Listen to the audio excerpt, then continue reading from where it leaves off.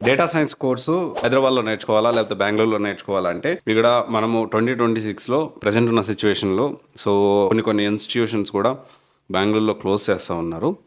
Present ఉన్న సిట్యుయేషన్‌లో data science course విషయం చూసుకుంటే, కాస్ట్ ఆఫ్ లివింగ్ చూసుకుంటే హైదరాబాద్‌లో కంపారిటివ్‌లీ బెంగుళూరుతో కంపేర్ చేసుకుంటే కంపారిటివ్‌లీ కొంచెం లో ఉంటుంది. బెంగుళూరులో కాస్ట్ ఆఫ్ లివింగ్ చాలా ఎక్కువ ఉంటుంది. కోర్స్ ఫీజు కూడా హైదరాబాద్‌లో లో ఉంటుంది. బెంగుళూరులో కొంచెం కోర్స్ ఫీజు అనేది ఎక్కువ ఉంటుంది. దాంతో పాటు నెంబర్ ఆఫ్ ఇన్‌స్టిట్యూషన్స్ జనరల్‌గా ఏంటి అంటే number of institutions data science రిలేటెడ్‌వి ఎక్కువగా బెంగుళూరులో ఉండేవి.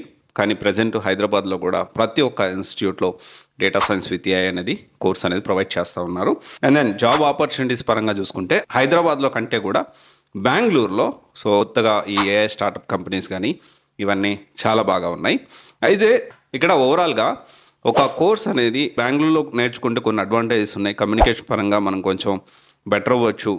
కాకపోతే కొంచెం కాస్ట్లీ, కొంచెం నెలకి మరి మినిమం టు మినిమం ఒక 10,000 to 12,000 అయితే మనం ఖర్చు పెట్టాలి. వేరే హైదరాబాద్లో చూసుకుంటే ఒక 5,000 to 7,000 పెడితే సరిపోతుంది. అండ్ కోర్స్ ఫీజెస్ కూడా ఇక్కడ 30,000 నుంచి జాబ్ గ్యారంటీ 1,00,000, 1.5 lakhs వరకు ఉన్నాయి డేటా సైన్స్లో. జాబ్ గ్యారంటీ ఇవ్వకపోయినా జాబ్ అసిస్టెన్స్ ఇచ్చే ఇన్స్టిట్యూట్స్ కూడా తక్కువ కాస్ట్లో కూడా ప్రొవైడ్ చేస్తూ ఉన్నాయి. లేదు పక్కా జాబ్ గ్యారంటీ అన్నా కానీ దానికి సంబంధించి ఎలిజిబిలిటీ ఉన్న వాళ్ళకి హైదరాబాద్లో అలాంటి ఇన్స్టిట్యూట్స్ కూడా ఉన్నాయి. డేటా సైన్స్ కోర్సు నన్ను అడిగితే హైదరాబాద్లో నేర్చుకుంటే బెటర్. ఇక్కడ కొంచెం ఏంటి అంటే ఎన్విరాన్మెంట్ పరంగా చూసుకున్నా, కాస్ట్ ఆఫ్ లివింగ్ పరంగా చూసుకున్నా, కోర్స్ ఫీజు చూసుకున్నా కొంచెం ఎక్కువ బ్రీతింగ్ స్పేస్ అనేది దొరుకుతుంది. కొంచెం టైం తీసుకొని కొంచెం మంచిగా ప్రిపేర్ అయ్యి మనం జాబ్ తెచ్చుకోవడానికి అనుకూలంగా ఉంటుంది.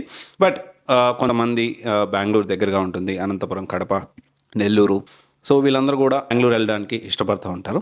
ఇక్కడ మనం ఎక్కడ జాయిన్ అయినా కానీ మనం గుర్తుపెట్టుకోవాల్సిన విషయం ఏంటి అంటే మనం ఎక్కడ జాయిన్ అవుతున్నాం, ఏ ఇన్స్టిట్యూట్లో జాయిన్ అవుతున్నాం, మనం ఎంత టైం స్పెండ్ చేస్తున్నాం అనేది చాలా ఇంపార్టెంట్. దాంతోపాటు ఇన్స్టిట్యూట్ ఎంత సపోర్ట్ చేస్తుందో దానికంటే 10 times మన ఓన్గా మనం కూడా కష్టపడాల్సిన అవసరం ఎంతైనా ఉంది. ఇది ఒకసారి ఆలోచించండి. Thank you.